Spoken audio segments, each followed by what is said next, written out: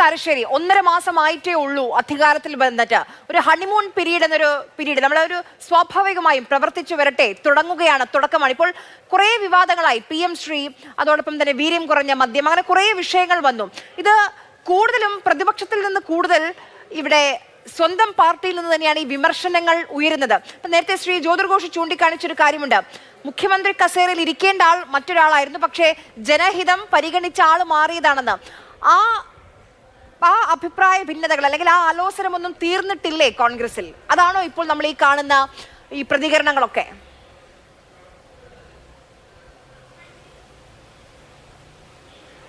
ആര്യ, നിങ്ങൾ ചോദിച്ച മാതിരിയുള്ള ഒരു സംശയം ആളുകൾക്ക് ഉണ്ടാവുന്നത് സ്വാഭാവികമാണ്. അത് ഒരു ക്രിയാത്മകമായ പാർട്ടിക്കകത്ത് നിന്ന് ഉയർന്നു വരേണ്ട ഗവൺമെൻറ്റിനെ വിമർശിക്കുന്ന ക്രിയാത്മകമായ വിമർശനം ആയിട്ടല്ല ജനങ്ങൾ മനസ്സിലാക്കുക. ജനങ്ങൾ മനസ്സിലാക്കുക എന്താണെന്ന് വെച്ചാൽ അവരുടെ അധികാര തർക്കത്തിൻ്റെ വിഭാഗീയതയുടെ ആവിഷ്കാരമായിട്ടാണ് മനസ്സിലാക്കുക. അത് വളരെ കഷ്ടമാണ്. അപ്പോൾ ഏതെങ്കിലും ഒരാൾക്ക് അധികാരം കിട്ടി അതിൻ്റെ ചൊരുക്ക് കാണിക്കുക, അല്ലെങ്കിൽ ഇന്നല്ലെങ്കിൽ നാളെ ആ അധികാരം തിരിച്ചു പിടിക്കണം എന്ന തരത്തിലാണ് കാര്യങ്ങൾ പോകുന്നത് എന്ന് ഒരു സംശയമുണ്ടാക്കുന്നുണ്ട്. അതുകൊണ്ടാണ് ഞാൻ പറഞ്ഞത്, കേരളത്തിൽ ജനങ്ങൾ വളരെ ജാഗ്രതയോടെ ഇരിക്കുന്നുണ്ട്. അപ്പുറത്ത് വേറെ ഒരു BJP എന്നൊരു സാധ്യത ഉണ്ട്. അതിനെപ്പറ്റി അവർ കരുതിയിരിക്കേണ്ടതാണ്. ക്രിയാത്മകമായ വിമർശനത്തെ സ്വാഗതം ചെയ്യുന്ന ഒരാളാണ് ഞാൻ. നേരെ മറിച്ച് മുൻവിധിയോടുകൂടി ഈ സതീശൻ ഗവൺമെൻറ്റിനെ ദുർബലപ്പെടുത്തുക അല്ലെങ്കിൽ അതിൽ തെറ്റ് കണ്ടുപിടിക്കുക എന്ന തരത്തിൽ ഒരു ഭാഗം നിൽക്കുന്നുണ്ടോ എന്ന് സംശയം വരുമ്പോൾ മാത്രമല്ല, അവരുടെ മാത്രം തെറ്റല്ല. അതായത് ഇപ്പോൾ KSU നേതാവിന് അല്ലെങ്കിൽ കോൺഗ്രസ് നേതാവിന് കാണാൻ അവസരമില്ല എന്ന് വരാൻ പാടില്ല.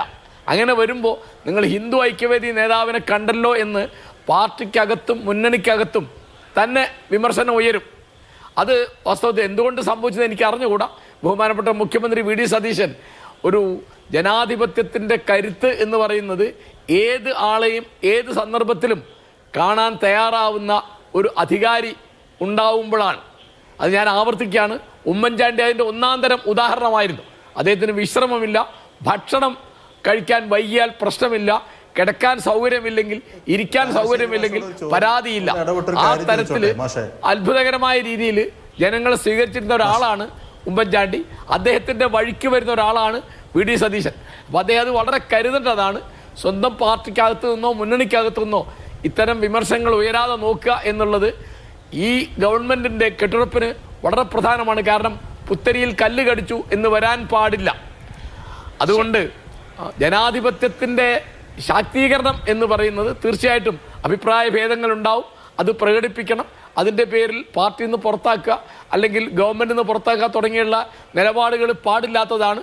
ഈ കമ്മ്യൂണിസ്റ്റുകാർ കൊണ്ടു നടക്കുന്ന തരത്തിലുള്ള അച്ചടക്കം എല്ലാ പാർട്ടിക്കും ആപത്തായിരിക്കും. അതിപ്പോൾ നേരത്തെ ജിൻഡോയോൺ പറഞ്ഞ മാതിരി ഈ DYFIയിലോ SFIയിലോ ഉള്ള ആളുകൾ കഴിഞ്ഞ 10 കൊല്ലക്കാലം പിണറായി സർക്കാരിനെതിരായിട്ട് അകത്തോ പുറത്തോ എന്തെങ്കിലും പറഞ്ഞിരുന്നെങ്കിൽ അവർ ഈ തരത്തിൽ ദുർബലപ്പെട്ടു പോവുകയില്ലായിരുന്നു എന്നുള്ളത് വളരെ ശരിയായ ഒരു കാര്യമാണ്. പക്ഷെ അതിനും ആ വിമർശനത്തിലുള്ള ഒരു കാര്യം വെച്ചാൽ അതിൻ്റെ ഉള്ളടക്കം എന്താണെന്നുള്ളതാണ് പ്രധാനം. ആ ഉള്ളടക്കം അവർ ഉദ്ദേശിക്കുന്ന അളവിലുള്ള ഗൗരവം അല്ലെങ്കിൽ ആ തരത്തിലുള്ള പ്രശ്നങ്ങൾ ഉള്ളതാണോ അല്ലേ, അല്ലെങ്കിൽ വെറും ചൊരുക്ക്, അതായത് മനസ്സിനകത്തെ കയ്പ് ആവിഷ്കരിക്കുന്നതാണോ എന്ന് ജനങ്ങൾ കരുതിയിരിക്കും. അപ്പോൾ അതിനെപ്പറ്റി ഒരു ജാഗ്രത വേണം. ആ വിമർശനങ്ങളെപ്പറ്റി സ്വയം ഒരു വിലയിരുത്തൽ നടത്തിയിട്ട് വേണം എന്നാണ് ഞാൻ പറയുക.